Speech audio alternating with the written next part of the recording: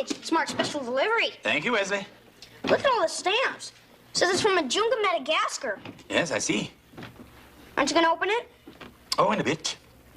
I could open it for you. No need, but thanks for offering. How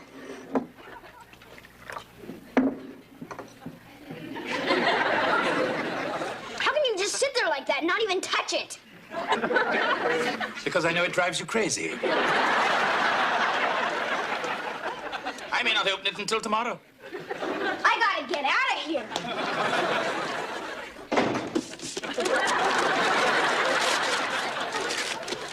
Come on, Marcia, we're gonna miss the game. I'm coming. Hello? Oh, yeah, hi. Hey, hold on a minute. It's Estelle, your cousin Harry's wife? Just tell her I'm not here. Come on. Estelle? George seems to have stepped away from the house for a moment. Can I take a message? Oh, I'm so sorry. That's terrible. And I'm not loaning him any money. Shh, George. Yes, Estelle. Yeah, I understand. Okay. Now listen. If you need anything, you just let us know, okay? All right. Bye-bye. Okay, so what's Harry need this time? A pallbearer. Huh? You mean Harry's gone? Estelle said he died in his sleep. Well, that's a pretty safe bet. Where did it happen, on the couch or the hammock? George. I'm sorry, but the guy never worked a day in his life. Well, anyway, the funeral's tomorrow, and we really should go. Yeah, I know. Hey, Mom. Hi, Dad. Hello. Hey, kid, your mom and I are gonna have to drive up to Titusville tomorrow. Yeah, cousin Harry died. Oh. Was he the one who used to take his teeth out and put them in backwards? No, that's your Uncle Bob. He's being looked after. Oh, wait, I remember now. He's the fat little guy with the mustache, right? No, that's your Aunt Rose. Come on. Hey, Mr. Bell. Hi. Hey, what's that? Oh, it's a little something from the Bagwanda tribe off the east coast of Africa. Hey, Mr. Belvedere, there's two guys outside with a giant box and it's got happy birthday written all over it. Hey, you never told us it was your birthday. Well, it's not yet. I don't want people to make such a fuss about it. Yeah, well, this one says it's from Kashmir. Ooh, maybe it's a giant sweater.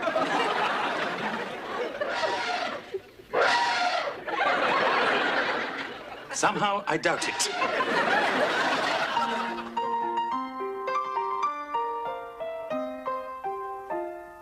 Streaks on the china, never mattered before. Who cared when you drop kicked your jacket as you came through the door? No one glared, but sometimes things get turned around and no one spared. All hands look out below. There's a change in the status quo. Gonna need all the help that we can get. According to our new arrival, life is more than mere survival. We just might live the good life yet.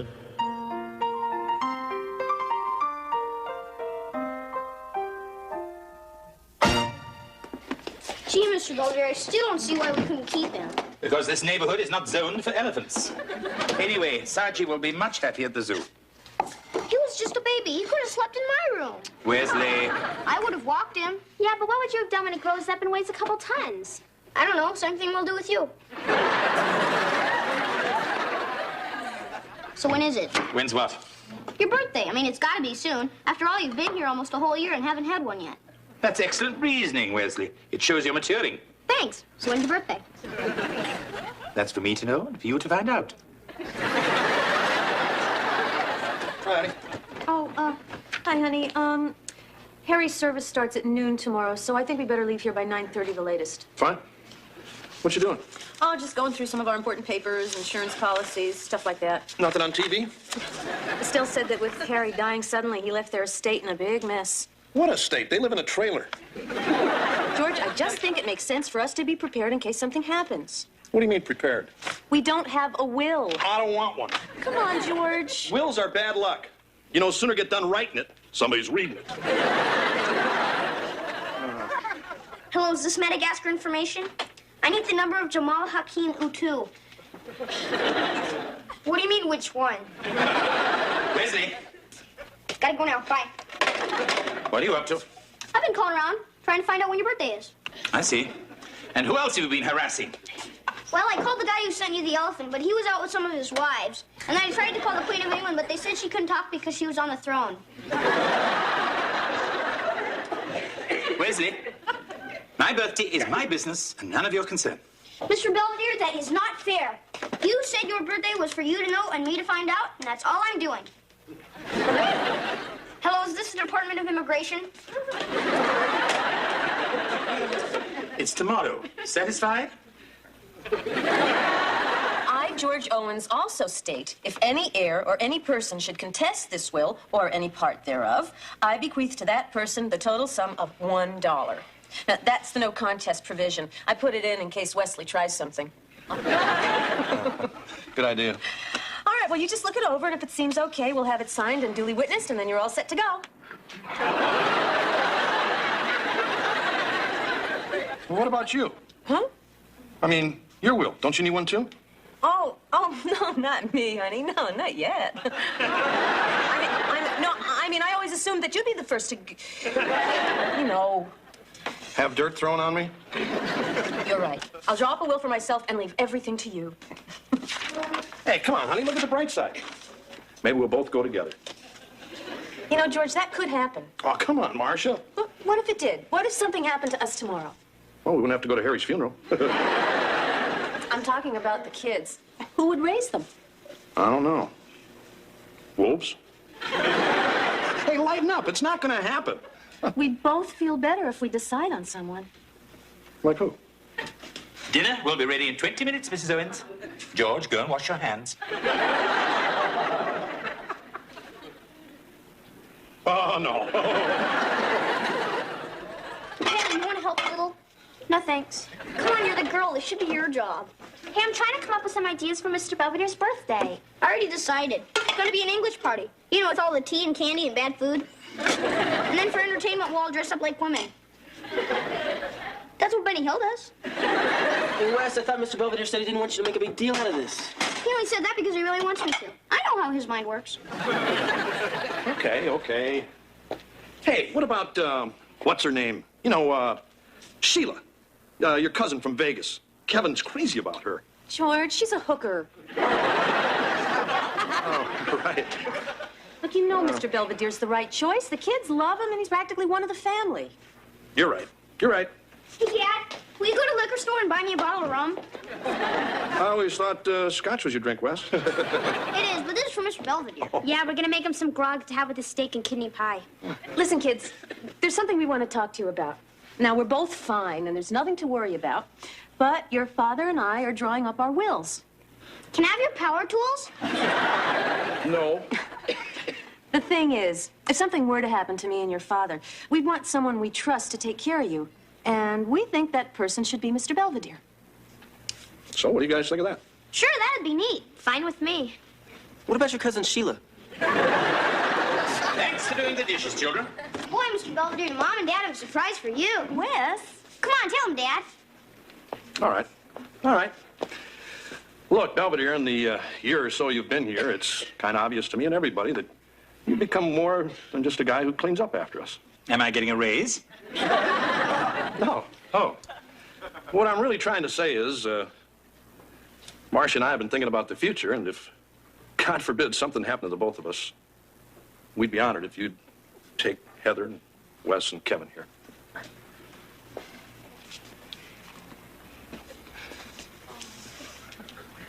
No, thanks.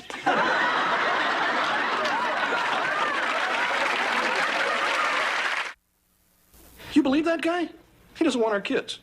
Yeah, what's wrong with us? It's not us, it's you. You're always driving him crazy. He likes that. Look, it's okay. This is Mr. Belvedere's decision. And if he doesn't want my children, it's up to him. Sure. It's no big deal. He's not good enough for you guys anyway. In fact, I wouldn't die now if he paid me. So what about Mr. Belvedere's party? What about it? Well, I say we give him the cake, but we don't sing. Well, I'll be toddling off to bed. Unless anybody needs anything. An explanation would be nice. Look, everybody, it's nothing personal. It's just that guardianship is not something to be taken lightly. And quite honestly, I'm not prepared to accept the obligation. Hey, that's fine with us. We were only kidding. Right, guys? Yeah, right. sure. Well, good night, everyone. Hi, Mr. Belvedere. Hi. Hi. Good morning, children. Happy birthday, Mr. Belvedere. Thank you, Heather. That's okay. I got the short straw. Well, what are we in the mood for this morning? Scrambled eggs? A nice waffle? We don't want to put you to any trouble, so we'll just have margarine. Coming right up. Morning. Morning. Hey, Dad, I heard on the radio it's supposed to snow today. Oh, yeah? Think we should take the chains? Oh, they're all tangled up someplace. Okay. Mr. Belvedere, we should be back by 4. See you later, kids. Bye. Drive carefully. You'd like that, wouldn't you?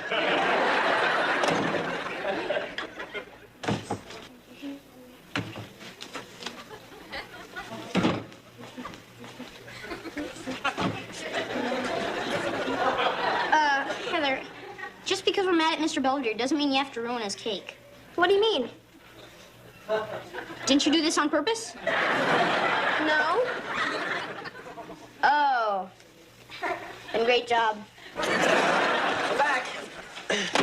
Where's Mr. Belvedere? I sent him to the movies. Did you pick up his present? Yep, got it right here. So we gonna give it to him or what? Come on, Wes, it's his birthday. Besides, we can't return it.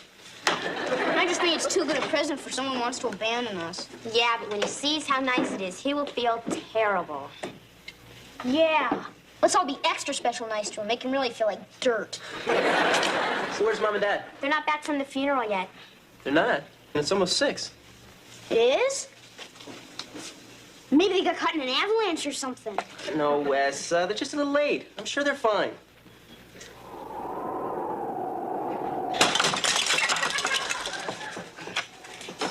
Oh, God. Oh, thank God. I thought we were going to freeze out there. I'm still freezing. I must have walked 3 miles. See if you can find a light. Oh, forget it, honey. Nothing's gonna work. This place has probably been boarded up for years. Wanna dance? Sure, it must still be open. Hello? Is anybody back there? Don't be scared. We're friendly. Marcia, our car broke down, not our flying saucer. George, cover up that hole with something. Yeah. Hey, look at this. Seems old Zach here had his place closed by the tax man. Oh, yeah? Probably just happened. That's why everything's still going. Hey, come on, you better get out of those wet clothes. I'll check the back. Maybe there's some stuff we can change into. Okay. And why don't you see if you can scare us up some coffee? Yeah.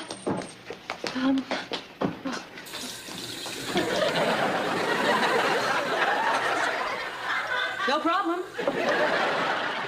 Okay. Okay, I understand. Yeah, thank you, Sergeant. So what'd the police say? The snow's real bad up north, and there's cars stranded all over the highway. Oh my God, they could freeze to death. Heather. What if they're starving? I mean, I saw this movie once where these people crashed in the Andes and they started to eat each other. Heather, getting hysterical isn't going to help anything. The birthday boy's back. You may start the party. Or is this it? Mom and Dad are back yet. What do you mean? We called Cousin Estelle and she said they left over 5 hours ago. Well, no need to carry on. You simply put through a call to the state police. No, we already did that. They said there's nothing they can do right now. Oh. Well, I'm sure your parents will be fine anyway. What difference does it make to you? Mom and Dad can be popsicles for all you care. And we'd wind up in an orphanage and you'd just laugh and go back to England. Kevin, get the chains. I'm sorry, Mr. Belvedere. I didn't mean to talk back. There for the car, you little twerp. Now let's go and find your parents. Coffee's ready. Boy, it feels good to have some dry duds on there. Hello? Yeah. Hi. Is that the auto club? Yes? All right. We'll be here. They said they'll get to us as soon as they can. Sensational. Did you get through the kids? I tried, but the line was busy. Then there was no answer. I'm getting a little hungry. How about you? Yeah. Why don't we take a look at the menu? Let's see. Hot roast beef sandwich and mashed potatoes, 69 cents.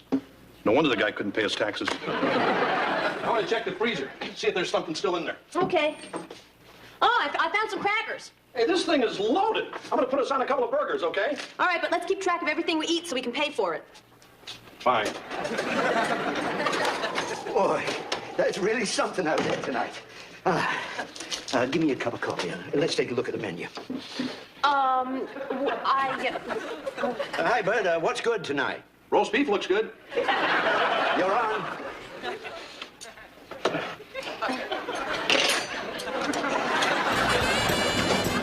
Hey, Doc, where's my toast? Oh, coming right up. Miss, I'm ready to order now. Order up. I'll be right with you. George, what are we doing? I don't know about you, but I'm making a cheese omelet. I said hold the cheese. This is insane. Marcia, it's a little late to start telling these people we don't work here. It's true. And besides, they're stuck here just like we are, and they're hungry, too. So let's just make the best of it. We're just helping people out. Hey, my eggs are runny. So's your nose. So blow. Mr. Belvedere, we're never gonna find him. Come on, children, sit down and get warm while I use the phone. Hey, look, there's Mom. Yeah, and she's a waitress. Order up. Hey, Dad's swinging hash. Working our way through college? Mr. Belvedere. Mom! Hi, Mom. George, Mr. Belvedere, the kids are here. Oh, yeah. Hey, what are you guys doing here? We came to save you. When you didn't come home, we got worried. Boy, and we thought Mr. Belvedere didn't want us. First chance you get, you guys run off and open your own business. Can I get some coffee, please? Miss, I had a salad coming. We'll talk about this during our break. Come on, Marcia. Come on. Well, the kitchen's all spick and span. Everything's back pretty much the way we found it. Perhaps we better move before we get hit by the after-theater crowd. It's almost midnight. It is? Dad, Auto Club says they got your car out and they're towing it right over. Oh, great. Come on, children, let's get ready to go. Come on, George, let's go and change. Yep. Wait a minute. If it's almost midnight, that means Mr. Belvedere's birthday is almost over. Wesley. I mean, we might as well give him his present. Happy birthday, Mr. Belvedere. We were gonna wrap it, but we didn't. Thank you. It's pocket watch. Yes, I see. Yeah, and there's an inscription, too. To Mr. Belvedere, from Kevin, Heather, and Wesley, your friends forever.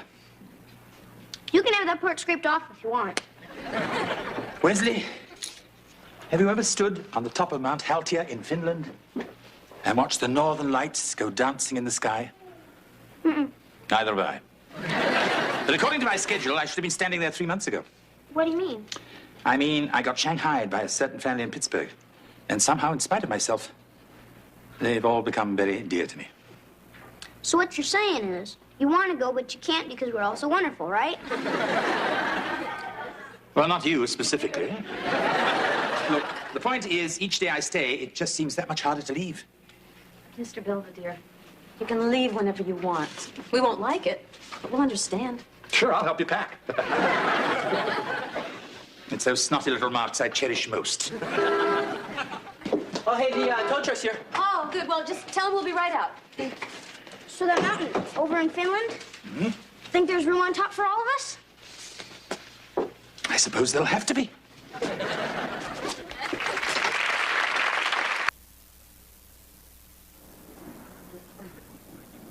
Well, according to my new watch, it's 3:30 in the morning.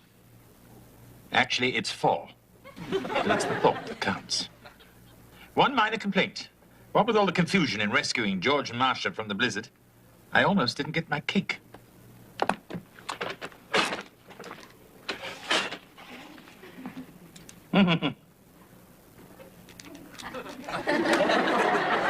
Very funny, Wesley.